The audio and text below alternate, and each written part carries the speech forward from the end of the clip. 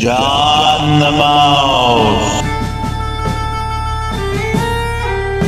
Post Chapel, Oddfellows Hall, and Library.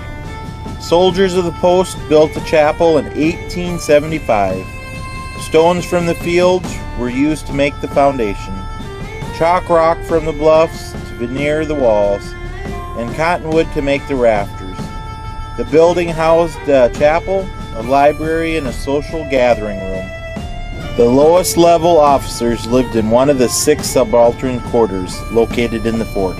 The first soldiers to garrison Fort Randall were 365 men and 22 officers from the 2nd Infantry. Commissioned officers were usually career soldiers who graduated from the U.S. Military Academy at West Point.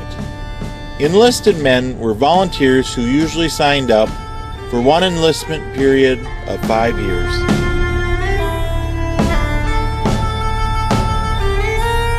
The daily life of a soldier on a frontier fort was often difficult and monotonous. Regimented by Army routine and regulations, soldiers spent most of their time performing routine drills and duties. Enlisted men were also assigned fatigue duty, which include the tasks of such chopping wood and cutting hay for the fort's horses and cattle. The large duplex that once stood in front of you was home to 2 of the fort's officers. Pearl buttons, dress hooks, dinerware, and parts of china dolls were found during the excavation in the 1980s and 1990s. These artifacts attest to the wealthier lifestyle enjoyed by the officers and their families.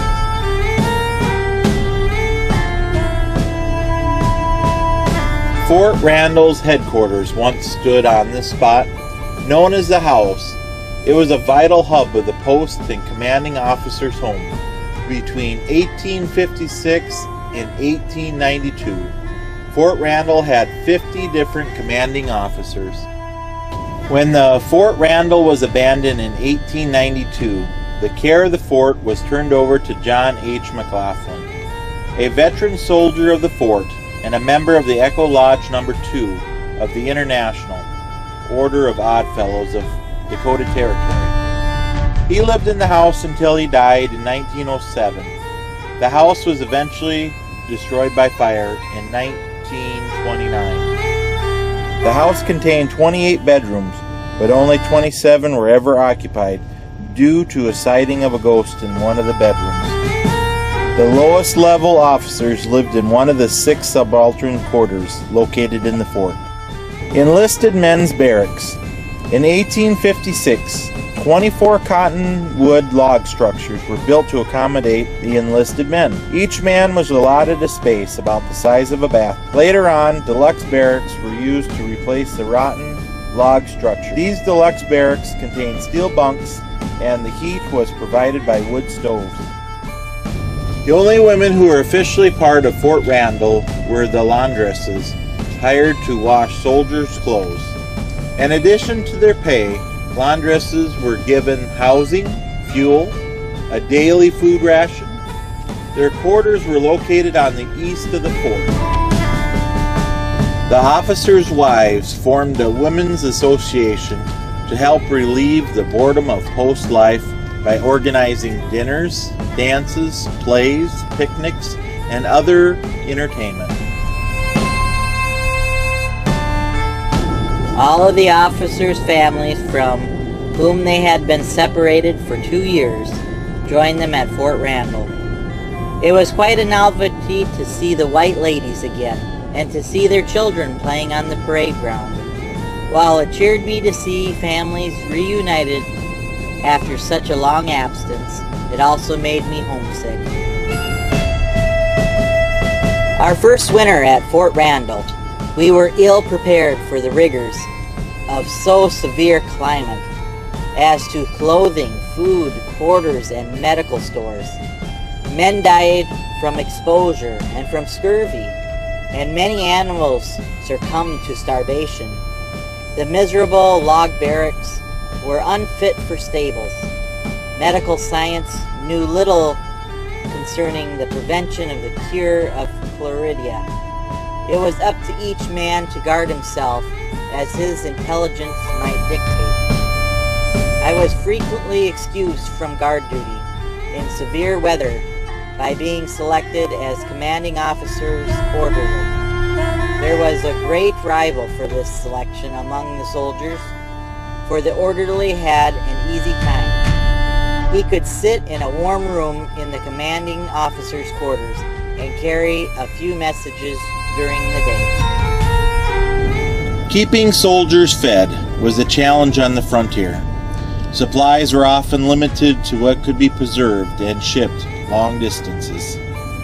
An enlisted man's rations consisted of flour, salt beef, salt pork, beans, rice, molasses, and coffee. The quality of the cooking depended on the soldiers assigned to the kitchen duty that week. Post bakery. The bakery contained 2 brick ovens that could produce 500 bread rations at one time.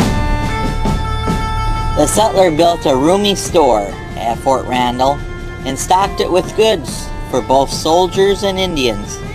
He kept ale on draught, which he was allowed to sell to soldiers by the glass with some restrictions.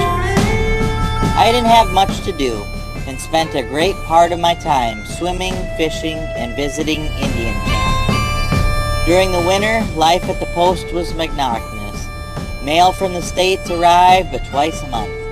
Some soldiers read papers and magazines, but the favorite pastime was playing checkers and cards. We played 7-up, 45, and poker. The stakes were dried beans instead of money.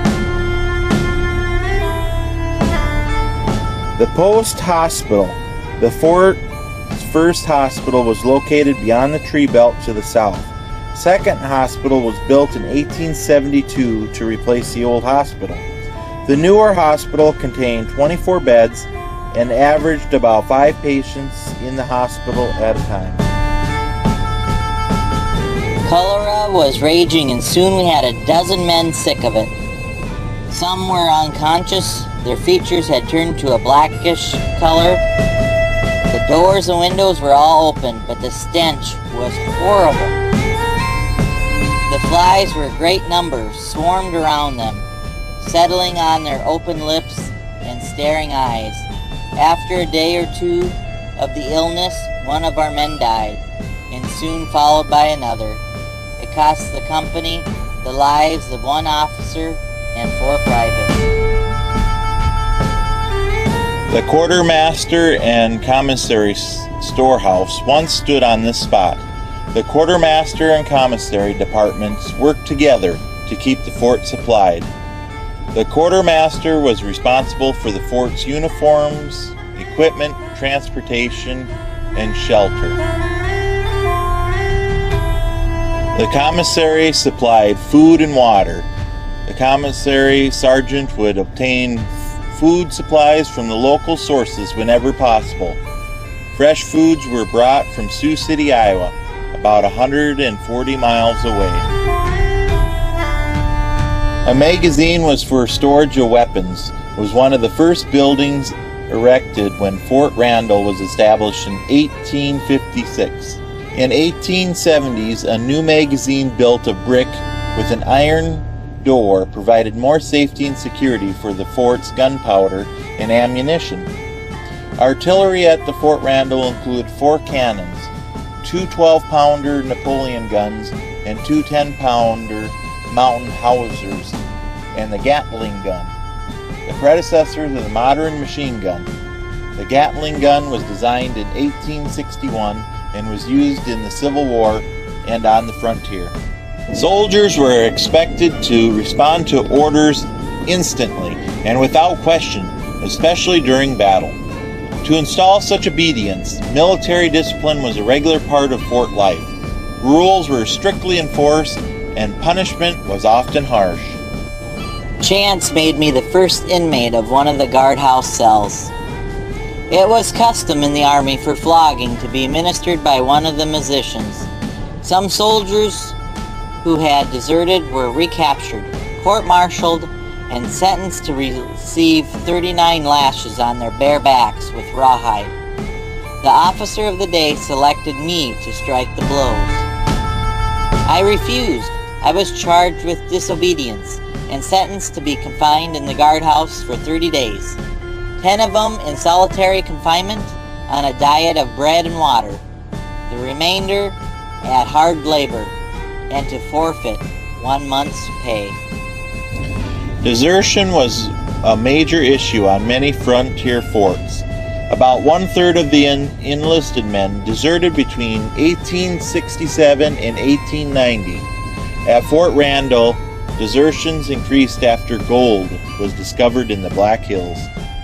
I left Indian country to take part in the Civil War in 1861, as did many officers and soldiers of the 2nd U.S. Infantry.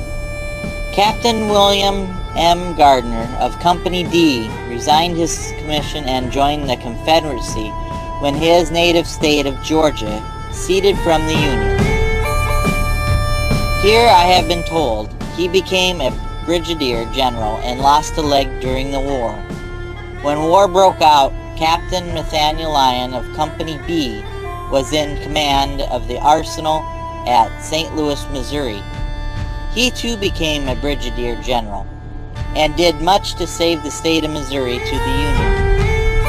He was killed at the Battle of Wilson's Creek. The Native American called the African American troops Buffalo Soldiers because the soldiers' curly dark hair and fighting spirit reminded them of the buffalo, an animal they considered sacred. The troops considered the name a compliment and adopted the buffalo for their regimental crest. Over a 2-year period, soldiers replaced the original log structures with 2-story, gable-roofed frame buildings using lumber from the fort sawmill. Most of these were built on foundations of the original buildings, which were torn down or burned. There was a band at the Fort Randall, and we did regular garrison duty, including Sunday, dress parades, and skirmish drills. Once every 2 months, we had mustered and general inspection by the commanding officer of the post, who called the roll and looked over the arms, accoutrements, clothing, and quarters. For the inspection, we were obligated to appear on parade in full marching order, our knapsacks packed and bulging with our spare clothing. It was interesting to watch the arrival of the band of the Indians at the military post. Often they visited us simply out of curiosity in large and small parties, sometimes several hundred or more, including women and children. The Fort Laramie Treaty of 1868 acknowledged that the Black Hills belonged to the Lakota people and promised the area would be off-limit to settlers.